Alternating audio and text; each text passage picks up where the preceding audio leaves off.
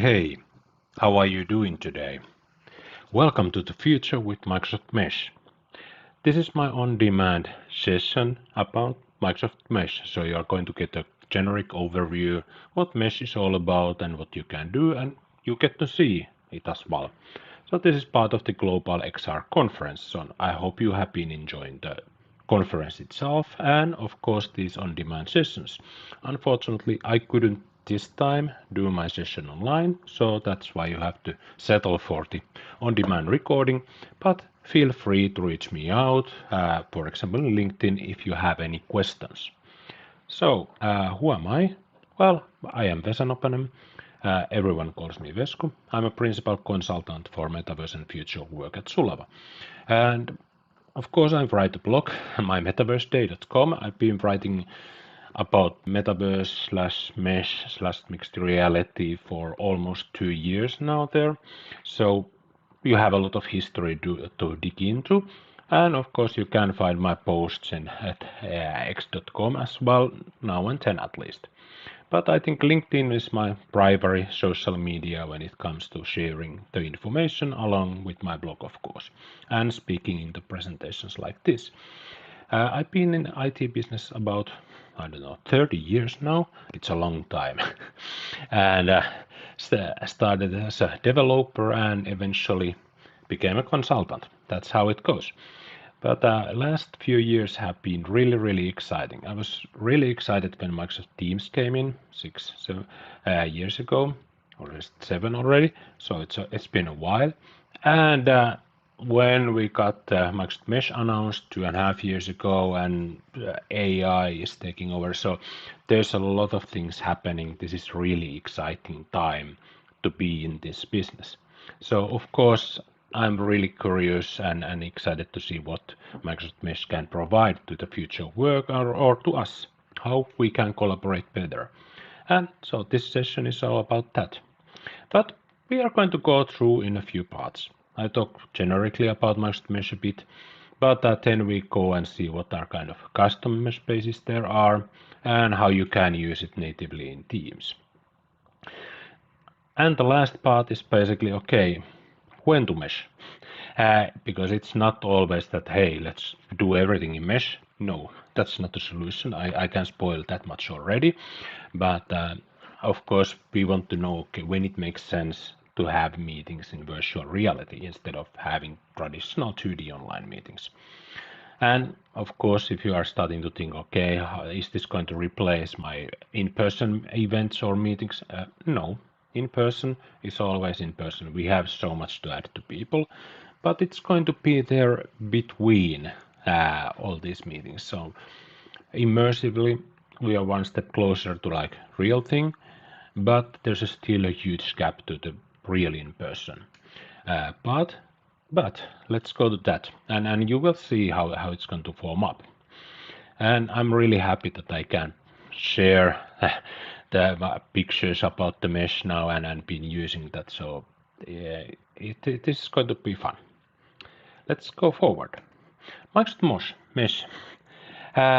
It's a Microsoft Metaverse platform, and it's kind of metaverse. Well, thinking about the metaverse itself, it's think about connecting the physical reality to the digital one and back. So we live in a digital world in to say we are using cloud services. We are in many ways we are already in the metaverse because we are transferring information back and forth, and cloud and AI is helping us all the time, especially if you are using a smartphone and a smartwatch and so on.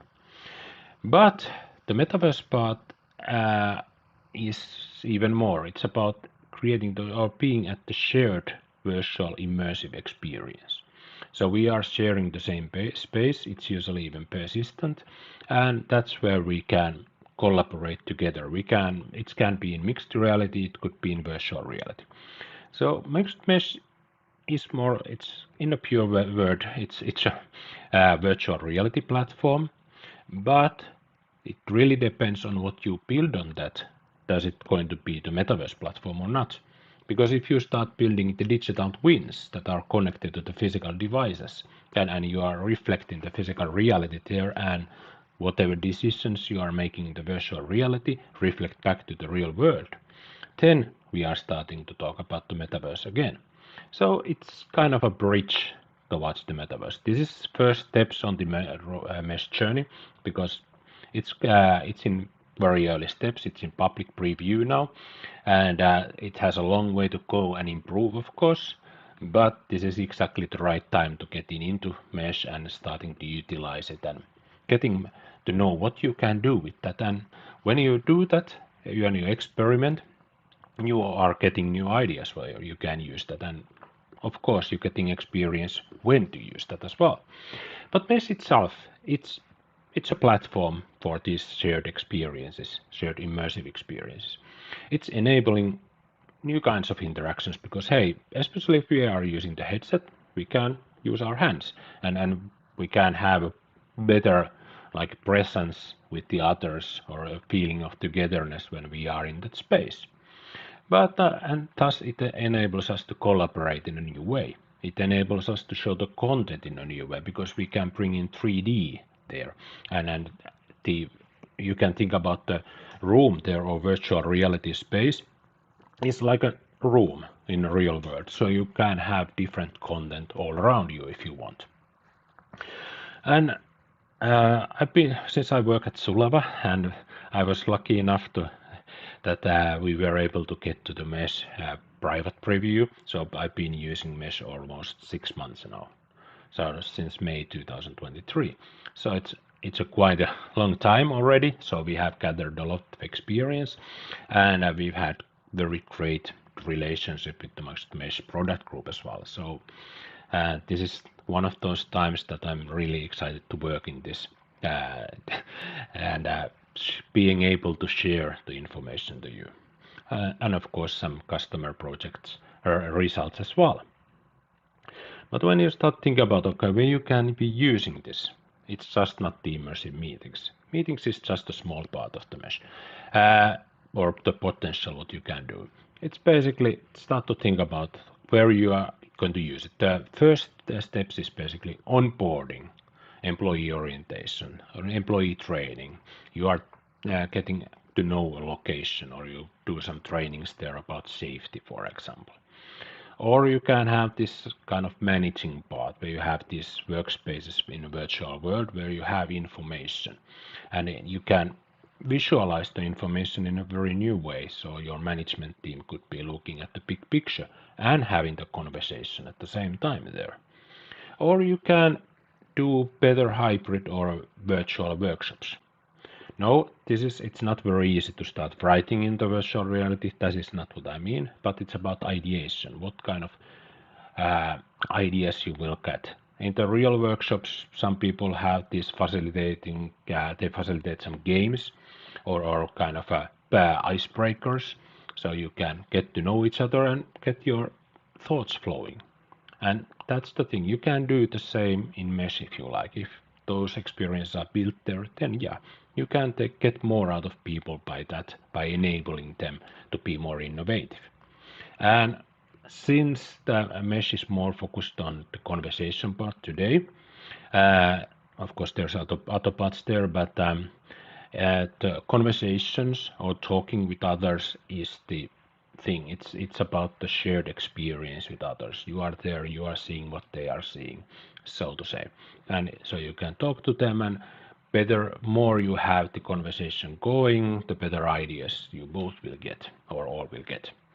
Of course, you can show presentations there or do town halls even, or and so on, or just use it for product development, especially if you have 3D models, or you have an upcoming building, you want to have a showroom or something, like you are building a new office, for example, and you want to show what's the office like. You can create a 3D space, and people can go there and walk in there. Those are just a few examples where you can start using the Microsoft Mesh. But before we go to that, a bit of information. I've been talking about Mesh, and now you're wondering, okay, what kind of facts there are about the Mesh? Well, and do you need a virtual reality headset to join? No, you don't. You can join with the directly from Teams, and of course using the PC Mesh application, or then you can use the virtual reality headset MetaQuest 2/Pro. I'm using the Pro myself at the moment, and you can use the Mesh up there and to join these meetings or events. So virtual reality headset is not a necessary thing, and most of the people will not be using that, but those who will, it's a different kind of experience because it's immersive. You are more there than just looking at the screen. So if you have a chance, I of course encourage everyone to try it, but we know the virtual reality part has, some people have issues because they are just not compatible with virtual reality or with the headset, but for them, well, you can join with laptop. You can join using the application. So I think the best of both worlds here is a very good thing. Then, how many people can join? It's rather limited at the moment.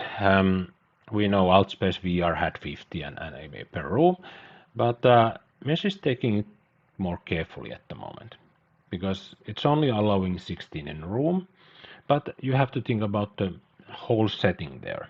It needs to run on MetaQuest 2 devices. So the performance is one thing. We don't want to see in an enterprise use something that's very laggy, for example, or very slow. So that's one of the reasons why we definitely want to have basically less number of people joining into the same room, but you can have that 200 people attending your event. They are just split into rooms of 16 people each. So and people who are in different rooms can of course talk to each other, but those 16 people who are sharing the same room, yeah, they can talk to each other and have that kind of interaction. And now you can select the room where you end up today, hopefully in the future. And on top of those 200 attendees, there can be 16 organizers or hosts. So they are going to be in their own separate room on top of that. So it's kind of a interesting, okay number of people to get started. And to be frank, I'm not expecting thousands of people to join these events anyway at this moment. The spatial audio is, I think, one of the key things there. Well, there are many of important things, but the thing is that with the spatial audio, and when you are using, if you are using the laptop, you want to make sure that you have a wired headset, so it sounds like a stereo, so it can get the spatial experience.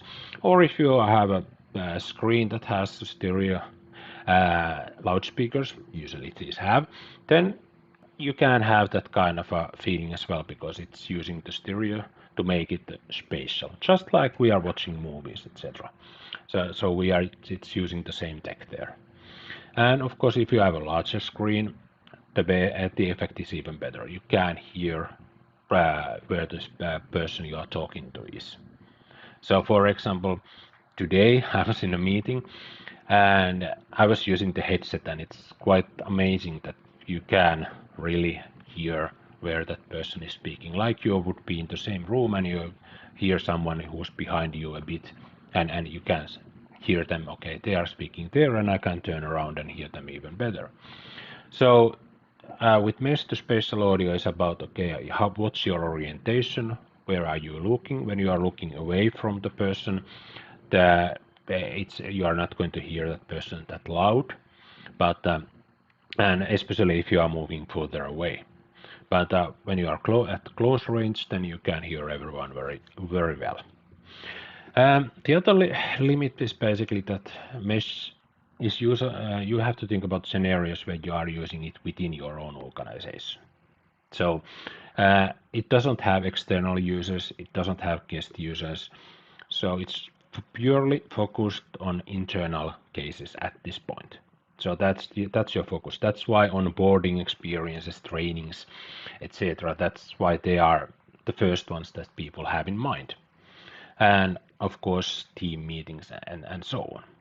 Just so think about your organization cases, or if you are thinking really ahead, like you should, you are starting to already experiment. Okay, we know it's inside the organization now, but what about in a year or half a year, or I don't know when that's coming, but we know that eventually it needs to come so that we can work with the other organizations. We need to be able to join spaces with customers and partners and so on.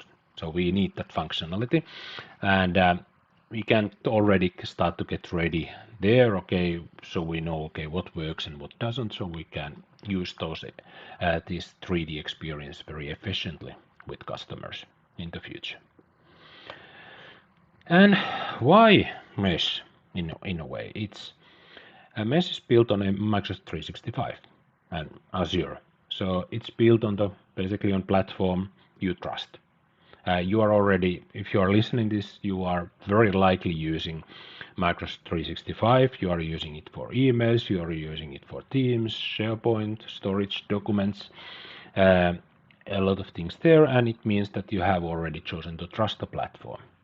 And of course, Microsoft is working there hard to earn your trust, but also you have the option to harden things and so on. But the same thing applies to mesh. It runs on M365 security and compliance, so it's running on your environment. It's not a third-party solution somewhere, but this is something your company can control, and that's the very big difference compared to some other platforms. And on the other hand, it's probably the reason why we only have that intra-organization use at the moment. And of course, when starting to use that, especially in larger organizations, you may have some networks like firewalls and infrastructure there that can prevent you from using mesh. So make sure that you go to the mesh documentation or guide your IT to the mesh documentation to check that, okay, there's a port ranges that needs to be open, there's some endpoints that needs to be open, people need to be able to install the mesh application and so on. That's in the Microsoft Store, by the way. So there are some things that may hinder the experience in larger enterprises. So if you're in that organization, go ahead and check those few things so you can get a good start there. And yeah, so let's go forward and think about this custom spaces, because these are the most interesting part. Because there, only the imagination is the limit. You can create all kinds of 3D environments into mesh. They can be more realistic or they can be more cartoonish and anything. They can be of this world. You can build your office to the moon if you like, or to the rings of Saturn, or next to the black hole, or at the bottom of the ocean. So there's really no limit where to put your virtual rooms or virtual spaces. But you also have to think about, okay, where does it make sense to put them? Like how much your people need to relate that? Do they need a more out of this world experience, or do they need something that they can route to, something more realistic? So those both things are really needed. And when you're starting to think where are you using that, I already said things like, okay, you can create events there. You can create situation or control rooms if you like, so you have more information coming from different places. Or you may have experiences that could be onboarding, or just an experience, escape rooms, having fun. Or you can learn interactively, because just uh, reading, looking at the video and presentations is a very an uninteractive way to learn, and so with the interactivity you might, and with perhaps a bit gamification, you can have fun, and that's where your brain is more motivated to start learning. And along with onboarding can be guided tours or unguided tours. Perhaps there's an AI helping there, thinking about, okay, how do you visualize simulations when you are working with digital twins, or you need to see, okay, how these things look or act in specific scenarios, or you want to have a showroom to your employees. Okay, these are the products we are doing, especially if you are building something that's real products. So you want to have those models available and visible to people. And when I talk about interaction, you can interact, of course, with the other participants. We have a new way to interact with people in there in many ways, but you can also interact with the world or with the space. The environment itself, you can build things there that, okay, you can interact. There can be buttons, there can be objects, you can have cups, or you can have marshmallows, or you can have your products. So people can take them on and look around, look on those products from close range, and turn them around and so on. So there's the possibility to use all kinds of 3D objects there, with or without animations. So you can make them a bit more living. They can do a lot of things there as well. But the environment itself, there are things like, for example, physics included in the mesh. So different objects can have different physical capabilities, like the weight. Okay, how do these act when you throw them, or when you drop it? Does it drop to the floor, or does it stay floating in the air, for example? And one of those key things is the triggers. Basically, when you do something, you go to the certain area, for example, then something activates. It could be an animation, it could be something else, it can move you to the other location, or so to teleport, or something else. So you can have a very interactive environment there, because you can build things there. And when you start to integrate mesh to the real world, then we are talking about the metaverse I already mentioned, but you can build those integrations to the mesh. So you can bring in information, show it there. For example, situation room, you want to see the big picture, what's happening in your company, or you want to see some information about your site or your product line. So start thinking about in 3D and how to bring information there. You are building these with Unity. So you need the Unity knowledge, or you need to be a Unity developer, or know someone who is, or contact a partner, such as Sulava. And there's a mesh toolkit available that brings I already mentioned the physics, but it also brings graphic tools, scripts, shaders, interactable objects, controllable objects, how you are controlling things, web slates to show information from the web in there. You can use visual scripting to do these triggers things, and so forth. And there's even a content performance analyzer, because that's really important when you are building these environments. You don't want them to be too huge in any way. So once you have created this space, then you are starting to think about, okay, how do I get there? Mesh doesn't have persistent spaces at the moment. Instead, you have these environments and you use these environments, these custom spaces, to create an event that people can join.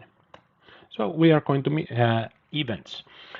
There's a couple of there's an environment out of the box by Microsoft that you can use to build your events, because in the event you can do a few things, or you can use your custom space for the event.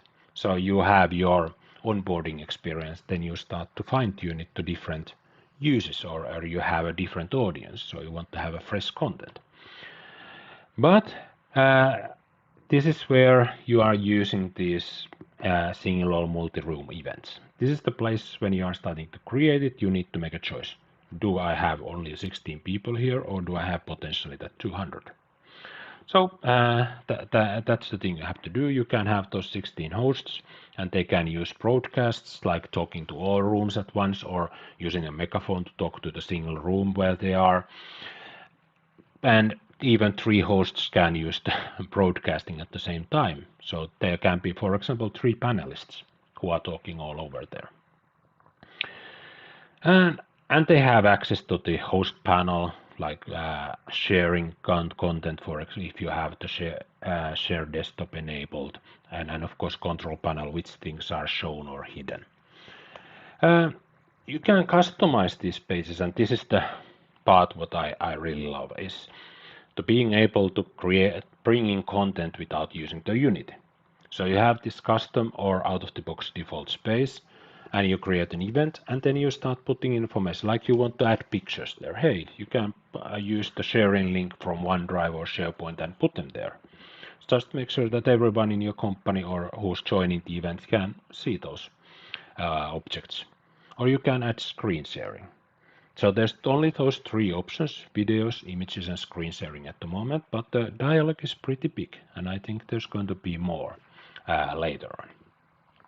But with this, it's really easy to think about, okay, I want to put some information that's related to this group and something else related to someone else. And the good thing, when you have customized something, you can save that as a template, so you can reuse it very easily. For example, you have a good onboarding, like you have a great custom space for your company, but it's not really into one usage, which is a really smart design actually. Make them reusable. But instead, you just added content there for like pictures, you added their videos, perhaps the screen share to the right part, and you want to save that because you want to reuse it again. So you save it, and when you can do some customizations before the event and change some of the pictures, for example, or put in more pictures there if you like. But it's also important that to remember when you start thinking about this is that you can only customize the event before it starts. When it starts, it's locked. So whatever changes you do, you want to make them in advance. And every organizer can join and make these changes beforehand, but the attendees can then only join at the specific time. Okay, I've been talking for a long time now, but let's mesh around a bit, because we definitely want to see what's going on and how we can start to use mesh. And so I have some videos for you, because it didn't make any sense for me to use any of the like live demo right now, so I recorded them to make them a bit shorter as well for you. So this is one space we've created, like a rooftop for our company, and so we have people there as well.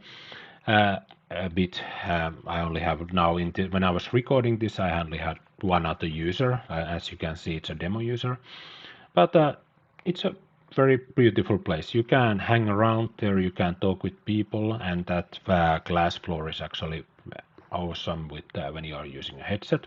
It has this height effect, but you can go there, form ad hoc groups, have a bit of games if you like, for example, this tic-tac-toe, so you can start playing, you can see the physics in action, and now we can see the other person running in there, okay, and I was using that. We can have simple games extremely easily in there. So there's things you can do, and of course you want to make this a bit more living as well. In there, like we have some interactivity, like or the airship is flying around, there's some little activities, so it doesn't feel like it's very dull.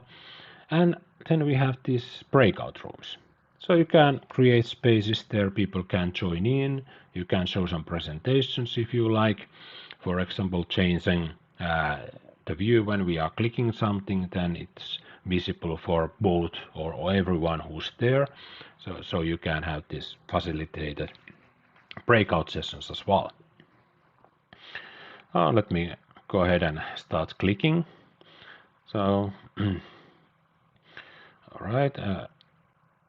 What else I have? Okay, there's the host panel. I could use the megaphone and amplify my voice all around things, talk to different rooms, show content, start showing information. I could be showing images and hiding them, or you can have something for fancy like we had here. So there are different options what to do. And next, we are going to check out the other breakout room as well. There we can start playing a video, and everybody who's there will see and hear the video too. So let's see, I think the demo user is appearing any minute now, and so we can start and play the video. Okay, there she is. So when everyone's gathered up, you can start play the video. I don't have audio right now here, but it can have the audio, of course, and so and it audio plays for everyone. That's a shared immersive experience because everyone is seeing and hearing the same thing. And I also mentioned about those 3D objects. So we have third example there, where we have that Sulava airship, and you can go ahead and okay, this is our prototype. You take it and move it a bit. So and we can both see how we are handling that. So that's again the shared experience. We are sharing the immersive space. It's not something I do and I only see that. Whatever we are doing, we are all seeing what's happening. So that's why we can collaborate better and use it. And I was using the PC app here, and on both users you can see the Jedi effect. That's really cool. And then the other example is about the onboarding. The control panel can turn things visible or hidden. So that's something we can also use. So let's see when we are turning it up, and we can see the other person is sharing this presentation. And so you can share your screen presentation something directly to the event if you like. And you can add those logos, and you could have videos there if you want. So there are different options what you want to add with these artifacts. There's the video. We can go ahead then and start to play it, and everybody who's in the room can see what's happening. So we can control the experience all the time, and we put it to play state, and can hear and see the video what's in there. And okay, let's go there. You can see the aquarium, so you can have interesting, great experiences. Like it just makes you feel better. You can use the reactions, of course, if you like, in the mesh as well. So you can see those fishes moving around, and yeah, that's just making the place more living. Then we take a teleport to the tour. This is onboarding experience, so we are seeing, okay, let's learn these things. It's just a showroom, like showing a few things. You could watch a video, you could learn something from those information, see in the actual power output. Basically, you could have the onboarding information. Here, it could be 3D objects. It could be like a booth on an event, or whatever content you want to like. You just don't want to put just PowerPoints in pictures there. And afterwards, you could have the interactivity. You could just go, for example, to, hey, let's have this test, and we have questions, and there's time running. This is for demo, a really short one. So first it's green, then it turns to yellow, and we have a timer running. Let's answer something and submit the answer, and we are getting to question number 2. And then we are seeing those 10 seconds running, but we have a 3D object here. We could be able to manipulate things, and then we are starting to select, okay, which we are selecting. No, we didn't select anything. And lastly, just showing like we have this teacher view in there. No, you don't get from the wrong answer here, but from the staff button, you could be able to go and see what's happening, so you can help people. All right, let's take the next step, which is, of course, we want to show about Teams Immersive Meetings, the Teams experience. So, Immersive Teams Meetings, you are using Microsoft Teams. At the moment, you need to be using the classic version of Teams, but it's coming to new Teams, hopefully it's really soon. And so we can go to the View menu and change to Immersive Space. That's simple. I don't have to install anything. Unlike when I'm using those custom spaces, I need to use the mesh application, but in here I can just switch to the Immersive Space. A few things I've highlighted there. Of course, it's good to know. This cannot be forced to everyone else. So it's a personal choice if you're going there. And yeah, the joining is easy. And you can use the Teams sharing to share a screen or window to these meetings. There are limits. Okay, you can have that 16 people in there, and it's in organization only, no surprise there. But you can have normal number of people in the Teams meeting. So you can have that 1,000 people in the Teams meetings, but 16 of those people can join the immersive side. So you can still continue the collaboration and talk and so on. And if you are using the meeting recording, pay attention that the immersive space is not recorded. And there's limitations in sharing as well. I've listed the PowerPoint Live, Whiteboard, Excel Live, so on. So you need to be able to share a screen or window at this moment. Yeah, it's coming at some point, I hope, because we are really needing that. That's a limiting factor. But now it's something you can start playing around if you want. So how do these meetings look? So here's one of the immersive meetings I recorded. So I had 2 people here, the person recording and my other one, my other avatar there. So you can see there's a really good looking space. This is the lake house. This is the default space by Microsoft. And there's 2 default spaces they have, this lake house and the oasis. You could go and change the environment if you want, but the lake house is good because it has these things like icebreaker questions, so it's built in there, and so you can start asking questions from people. And no, I don't think there's any translations. I didn't notice anything, so it's in English at the moment. But there's different activities you can do, and it's a really good looking space. You can't create a custom space for the Immersive Teams meetings. Those are only with the Mesh app. And as you see, we are leaving the meeting zone. When we are in the meeting zone, we can have a conversation with people who are in the Teams meeting. And then we have these activities like, okay, let's roast some marshmallows. So we can use that and have a bit fun. Basically, you are having a conversation with others. This is another icebreaker, basically. Hey, this is fun. If you use the alt space in the history, then there was other kinds of icebreaker games there. People were using the fireworks and etc. So this is just for a bit of fun, a bit of relaxation. So you can have the conversation in a relaxed environment. And then we see the other person there as well, or my avatar coming in. And let's roast the marshmallow, put it there, and when it's there for a while, then it starts to burn, and yeah, then it's ready for eating, right? Okay, it's going to be very, very black at that phase.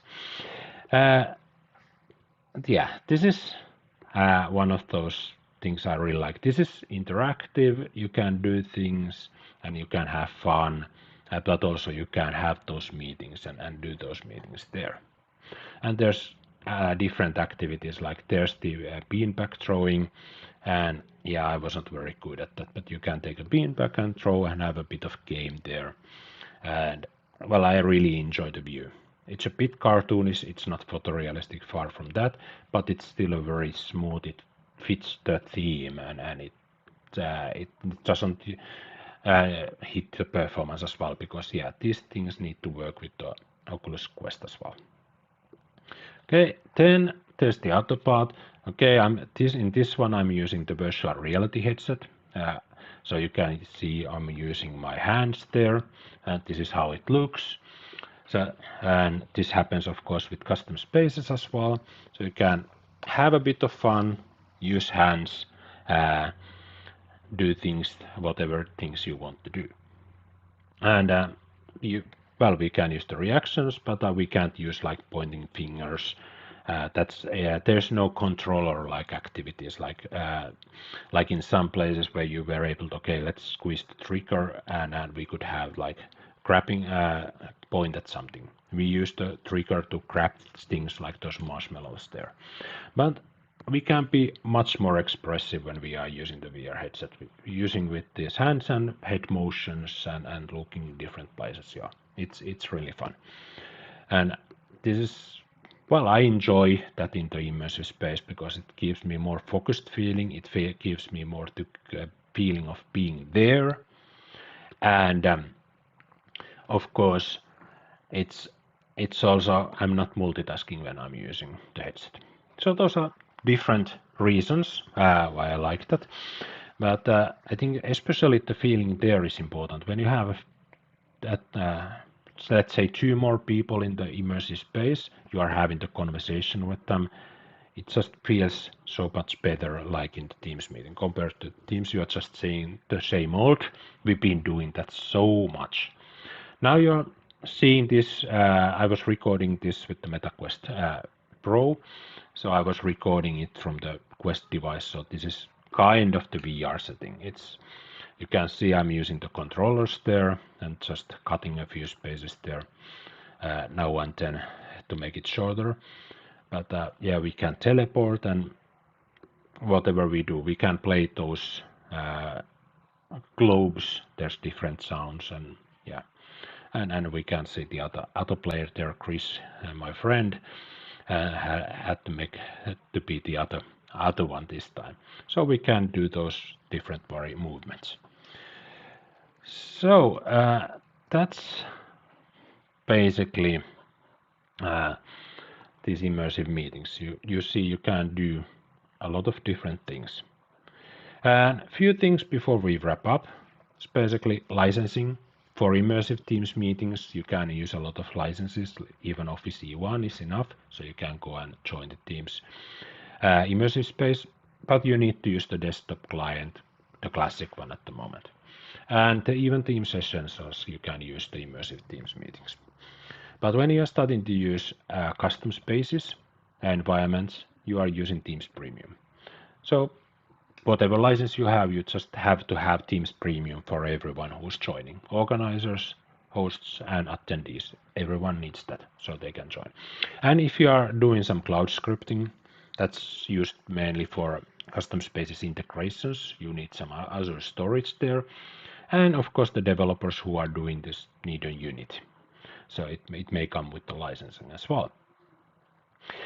We already had one customer case I'm happy I can talk publicly about, where we were helping City of Helsinki in Finland to have this kind of hybrid event.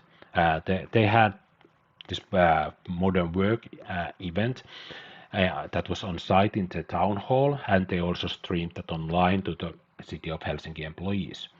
But they also created this panel talk in Mesh. I was helping them out there, and it was really a good success. it's basically one of the more public, probably the first kind of public use of mesh in the world. And everything went smooth. I think that was great. They were having this conversation. They were using PC, if you are wondering, so PC application, and we were able to customize the space, of course, putting some of their information there, so they could show those. So there was actually 4 people in this room or in the mesh, because one of them was showing what the others, that screen was shared so everybody can see, okay, what's happening in the mesh. No, not everyone from the city of Helsinki were joining the mesh, it was just the panelists. But I think it was great because everyone in the room, especially there, they liked what they saw. It opened eyes. So that's why it's really important to start having these experiences. So start building your own using these customized spaces. Those events are a really easy start because you can use the pre-made space there. But and that's a lightweight way. But the more you get from your tailored custom environments. Check out the Mesh 101, how to get started from the Mesh toolkit. And of course, the Toybox World is there, which has a lot of different activities. So you can get a head start about getting some materials and getting some objects there and animations and start using those. And by the way, you can take selfies in the mesh as well. You don't have to have like 2 computers in there, but instead you can take a selfie shot or a screenshot, and when you do, they are ending up in your OneDrive because hey, that's using your M365 identity all the time. So when we are meshing around, I already pointed that out a few times, but it's an important topic. If you are talking, you are doing more ideation, conversation. This is where the mesh shines at the moment. You could be a team meeting. You can share the content there. You can have the conversation. And of course, if you are recording that with Teams, you can have to transcribe. Everybody's in the meeting area and you're speaking and everybody can hear you from the immersive space. And of course, company social events, those are easy things. But when you start to think about those forward is, okay, create the onboarding experience, create some training experience that really benefit from 3D. If they don't benefit from 3D, it's not really a good thing. Then it doesn't make sense to use it. But if you can bring in value with 3D, then perhaps a new kind of experience, and people can remember those experiences better than just going through the deck, then it can be worth it. So showrooms, visualizing information. Those are really classic good cases how to get started with using virtual environments. But, and you can also use it in a lightweight way, or take a break. Instead of having yet another Teams meeting, you are joining in immersive side and have 1 or 2 others from the meeting join that as well. So it can be a bit refreshing there. Or your whole team if you are up to 16 people. And just having fun in the lake house environment. Just throw some beanbags or play with the toy box world if you have built and uploaded that to your M365. And yeah, that's when you start to know more and more about this. But generally, if your meeting is about content producing, don't use mesh. But if it's more about talking, having those ideas, sparring talk, thinking about different angles, perspectives, then yeah, mesh can be a really like empowering thing. It can make you do better there. Okay, so this was really like big overview for mesh, what you can do in there, and what's available already today, and it's a first step. It's good to keep in mind. The mesh has a long way to go, but I'm very sure that we are going to be seeing very, very interesting things in mesh. So thank you everyone. Please be in touch if you have questions. check out my blog. You can find my links and the link tree. So, see you at the Metaverse. Have a great day. Bye bye.